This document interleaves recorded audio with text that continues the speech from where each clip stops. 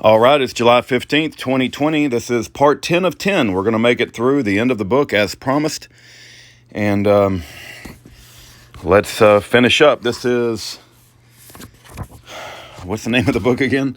They Got Their Man by Elmer Lynn Williams, A Story of Income Tax Persecution. Chapter 14.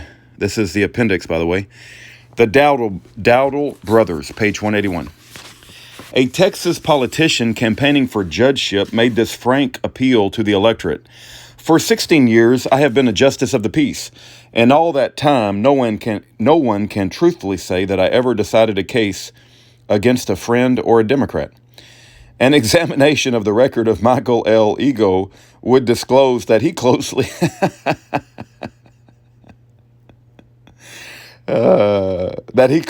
followed the precepts of the Texan, even while serving as U.S. District Attorney. Out of many available cases, let us take that of the Dowdle brothers, Thomas B., Raymond R., and John J., general contractors. A federal grand jury returned 3 indictments against these men in 1930. One true bill charged 2 of them with evading income taxes for $26, $27, $28 for $203,654.07. A second indictment was for 2 charges of perjury. A third indictment against all 3 was for conspiracy in the alleged frauds they had committed. District Attorney Igo quashed these indictments. In doing so, he apparently did not feel the responsibility of his office, such as he expressed in the prosecution of Malone. There were, of course, a number of cogent reasons why he should not subject the Dowdles to trial for evading income taxes, for perjury, and for conspiracy. Doubtless, one reason the scales of justice were not held level in this instance is that the Dowdles are nephews of Patrick Nash, then Democratic committeeman from Illinois. The Dowdles made their money in contracts in the sanitary district for work on the West Side sewage treatment plant. The Dowdles received $1,200,000 for intercepting sewers, $500,000, and for the North Side sewage treatment plant, $2 million. We must here reckon with the fact that Ed Kelly, head of the Kelly Nash machine, was chief engineer of the sanitary district when the nephews of Nash were panning so much gold. It was the duty of Kelly to pass on all contracts. An idea of his liberality with the taxpayers' money may be seen when we learn that the government found that the Dowdles had a net income of $270,643 in 1926, $680,065 in 27, and $984,000 in 1928. The proceedings of the sanitary district, the auditor's report, and the facts brought out by the grand jury, which indicted Kelly and the others, and the press reports following the so-called Whoopi era, amply sustained the accusations made here. A pliant district attorney had to be found who would take orders and had sufficient brass to go into the court and dismiss the case against the Dowdles. It is too much to suspect that the bargain, when Igo was appointed United States District Attorney on the recommendation of Nash, stipulated that Nash's nephews should be given immunity by Igo. It would be unfair to assume that the Dowdles were allowed to keep all the profits from their fat contracts. Remember that Mayor Kelly, former chief engineer for the sanitary district, refused to disclose from what source he derived an income of $456,000, which he failed to include in his income tax returns. He did say in a speech, "All that I have, what little I have, I got from the good people of Chicago." A number of the sanitary district officials, including Kelly, were indicted for graft and malfeasance. Some were convicted. The indictments against Kelly were quashed.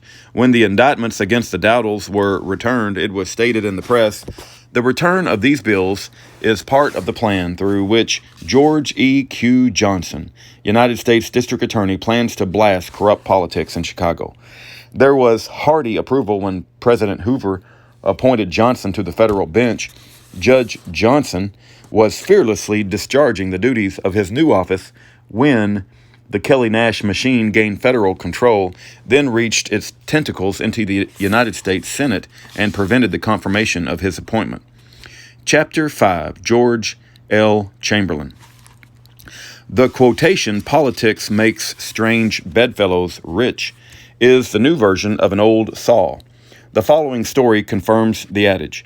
George L. Chamberlain, an electrical contractor, was indicted for evading income tax of $196,812. His contracting concern, USA Company, was incorporated by Mayor Kelly's personal attorney, John L. McCurney, Umbrella Mike Boyle, and Chamberlain.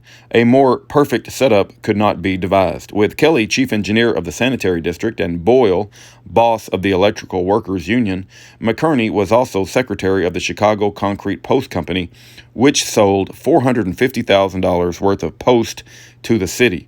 When Mayor Kelly was a member of the South Park Board, McCurney's company furnished $86,578 worth of post to that board. The Chamberlain McCurney Boyle Company, USA Company, was awarded several sanitary district jobs, 6 of which aggregated over $4,072,000.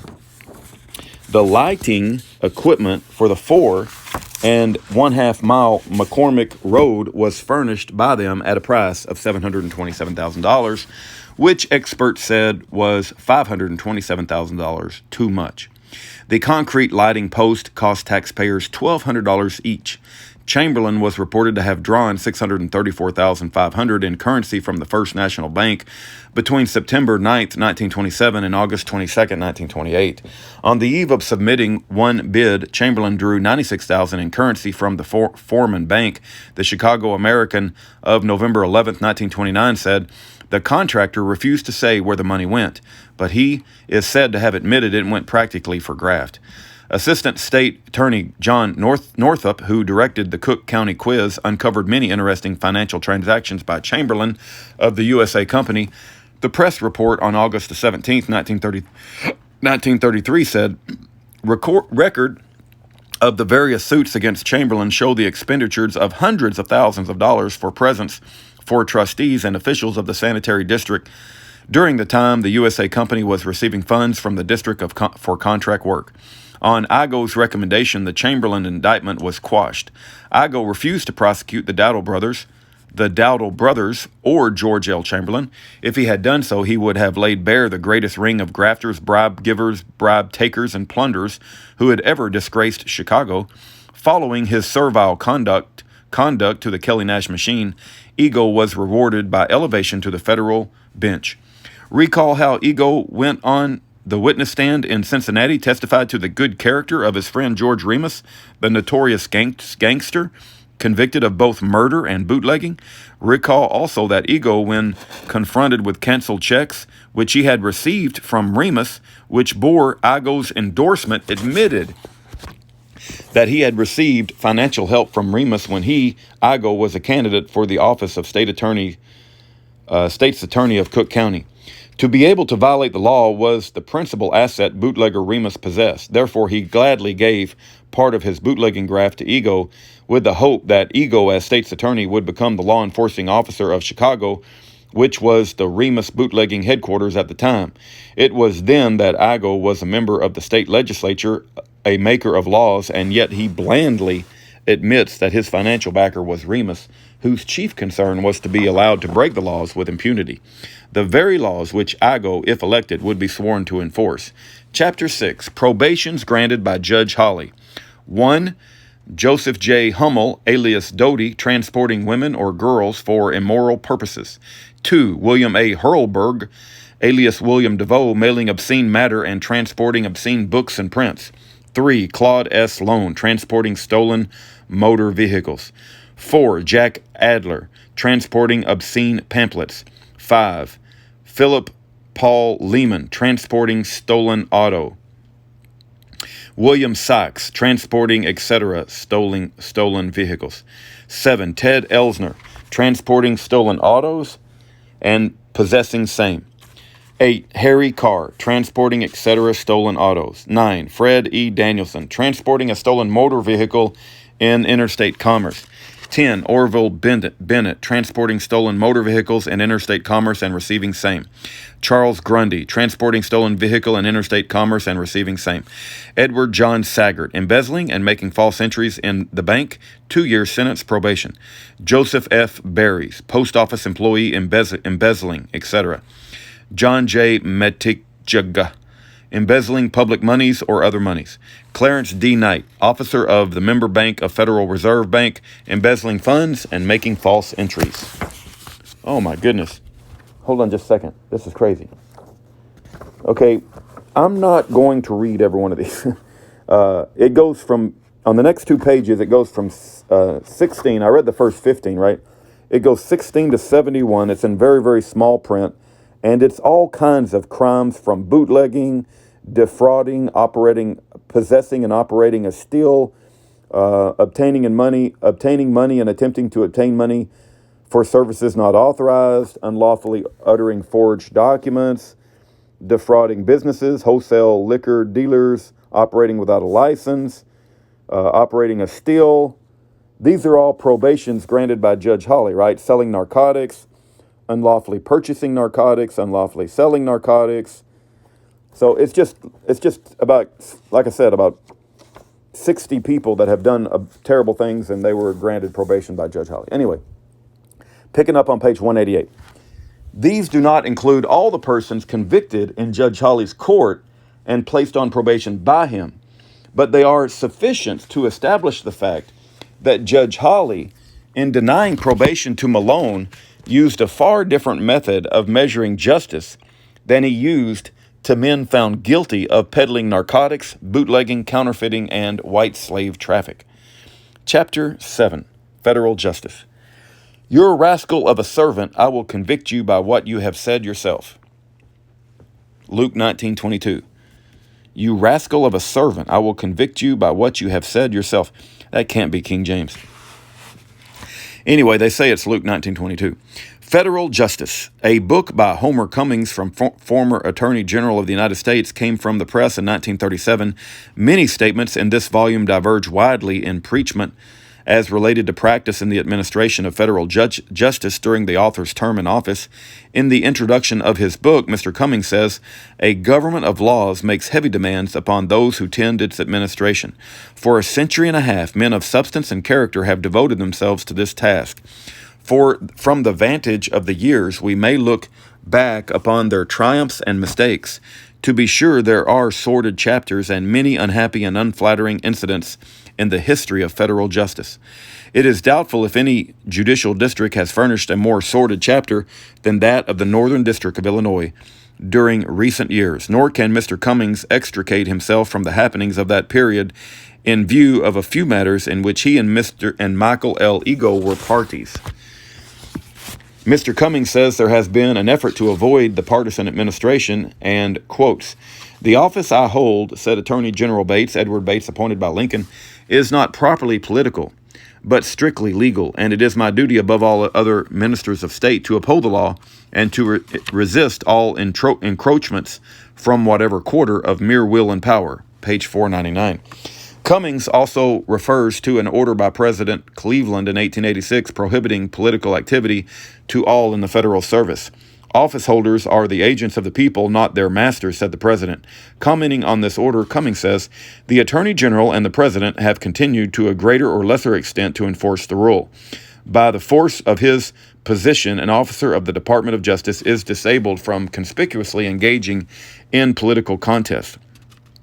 The fact that the United States District Attorney is an officer of the Department of Justice did not deter Ego from being a candidate for the United States Senator with an active assistance of a judge and the United States Circuit Court of Appeals. In this campaign, Mr. Cummings himself met with 11 others in Chicago at the home of Mayor Kelly to promote Ego's campaign. Among those present were Judge J. Earl Major, United States Ninth Circuit of Appeals, and Pat Nash, Democratic National Committeeman, who, like Kelly, grew rich in the sanitary district. Kelly made a convenient compromise settlement with the government for an unprecedented income of over $450,000.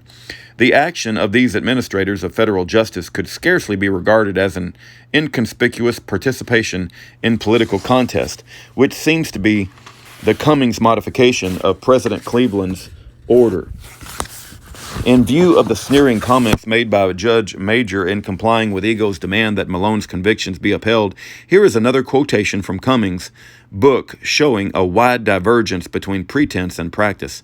In the year 1882, Mr. Justice Miller said, The judicial department is inherently the weakest of them all. With no patronage and no control of the purse or sword, their power and influence rest solely upon the public sense of the necessity for the existence of a tribunal to which all may appeal for the assertion and protection of rights guaranteed by the Constitution and by the laws of the land, and in the confidence reposed in the soundness of their decisions and the purity of their motives. The conspicuous participation of Cummings, Keenan, Judge Major, et al. As members of the Eagle Board of Strategy was offset by other Washington forces. The Treasury Department had become fully aware of Eagle's sinister manipulations. That department disagreed with the Eagle's policy of compromising criminal cases against lords of the Chicago underworld. When Eagle sent unqualified applicants for clerkships in the Internal Revenue Department, they were turned down by Carter Harrison, collector.